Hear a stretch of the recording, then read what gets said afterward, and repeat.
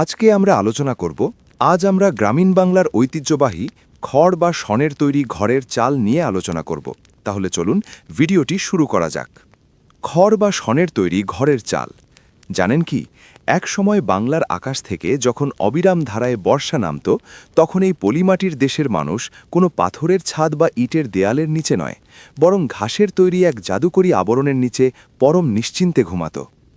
আজ যাকে আমরা খড় বা শনের তৈরি সাধারণ ঘরের চাল বলে অবজ্ঞা করি, হাজার বছর আগে সেটাই ছিল স্থপতিদের কাছে এক বিস্ময়কর ইঞ্জিনিয়ারিং।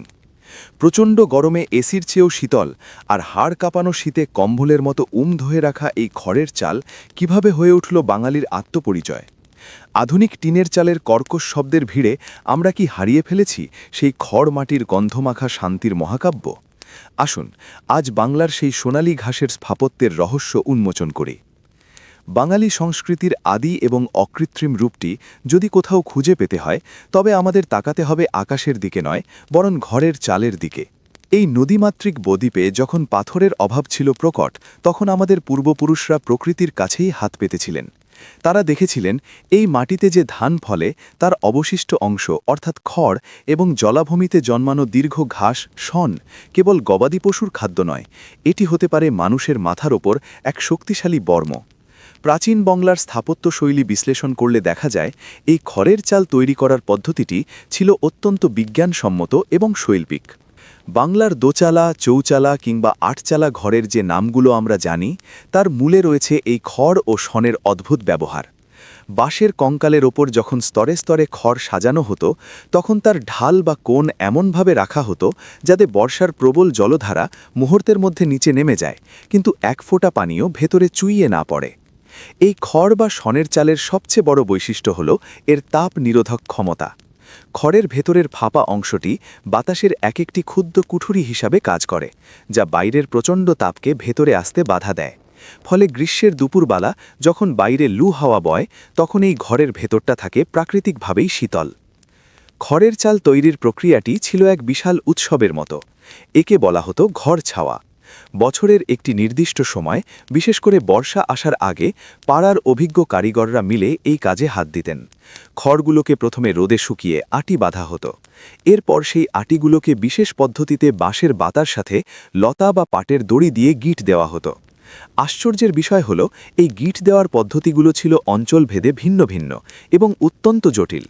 শনের চাল ছিল খড়ের চেয়েও বেশি টেকসই।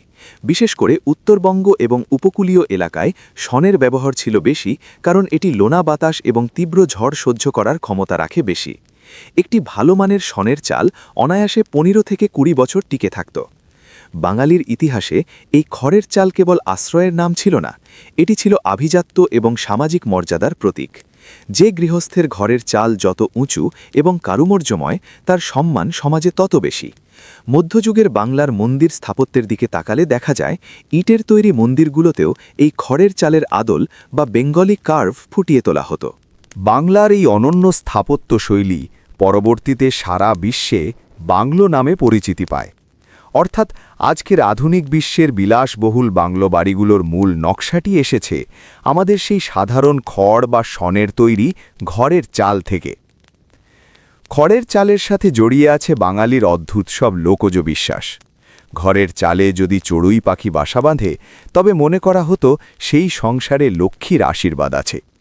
আবার চালের এক কোণে অনেক সময় কালকাসুন্দি বা বিশেষ লতা গুজে রাখা হতো অশুভ শক্তি তাড়ানোর জন্য। বর্ষার রাতে চালের ওপর বৃষ্টির যে রিনিঝিনি শব্দ, তা নিয়ে রচিত হয়েছে অজস্র রূপকথা আর উপকথা। হিটের ছাদের নিচে আমরা সেই বৃষ্টির গান হারাবো বলে হয়তো কবিরা আক্ষেপ করে গেছেন। তবে খড়ের চালের জীবন ছিল ক্ষণস্থায়ী এবং ঝুঁকিপূর্ণ। আগুনের ভয় ছিল এর চিরসঙ্গী। চৈত্র মাসের খরতাপে সামান্য এক ফুলকি থেকেই ছাই হয়ে যেত গোটা পাড়া। এই অনিশ্চয়তাই বোধহয় বাঙালিকে শিখিয়েছিল ত্যাগের মহিমা। প্রতি বছর বা 2 বছর অন্তর নতুন খড় দিয়ে চাল ছামা ছিল নবায়নের প্রতীক। পুরনো জরাজীর্ণতাকে বিদায় দিয়ে নতুনকে বরণ করে নেওয়ার যে সংস্কৃতি, তার হাতেখড়ি হতো এই ঘর ছাওয়ার মাধ্যমেই। কালের বিবর্তনে আজ খড় আর শনের জায়গা দখল করেছে ঢেউটিন আর কংক্রিট। পরিবেশ বান্ধব এই স্থাপত্য আজ বিলুপ্তির পথে। অথচ যখন আমরা টেকসই উন্নয়নের কথা বলি তখন এই খড় বা শনের চালই হতে পারে সবচেয়ে আধুনিক সমাধান। এটি মাটির সাথে মিশে যায়, এটি পরিবেশ দূষণ করে না এবং এটি সম্পূর্ণ স্থানীয় উপাদানে তৈরি। পরিশেষে বলা যায়, খড় বা শনের তৈরি ঘরের চাল কেবল একটি আচ্ছাদন নয়, এটি বাঙালির হাজার বছরের সংগ্রামের সাক্ষী। সোনালি রোদে ঝলমল করা সেই চালগুলো ছিল আমাদের পূর্বপুরুষদের বুদ্ধিমত্তার মুকুট। আজ হয়তো আধুনিকতার ভিড়ে আমরা সেই খড়মাটির ঘ্রাণ হারিয়ে ফেলেছি, কিন্তু বাঙালির ইতিহাসের পাতায় সেই সোনার বাংলার আসল রূপটি আজও সেই শনের চালের নিচে শান্তিতে ঘুমিয়ে আছে। বাংলার এই হারিয়ে যাওয়া স্থাপত্য আপনার মনে কেমন অনুভূতি জাগায়? আপনি কি চান আমি আপনাকে এই চাল তৈরির সেই বিশেষ বাঁধন বা গিঁট দেওয়ার কৌশলগুলো সম্পর্কে আরও বিস্তারিত কোনো দৃশ্য বর্ণনা করি? ভিডিওটি দেখার জন্য ধন্যবাদ এবং পরবর্তী ভিডিও দেখার জন্য চ্যানেলটি সাবস্ক্রাইব করতে ভুলবেন না।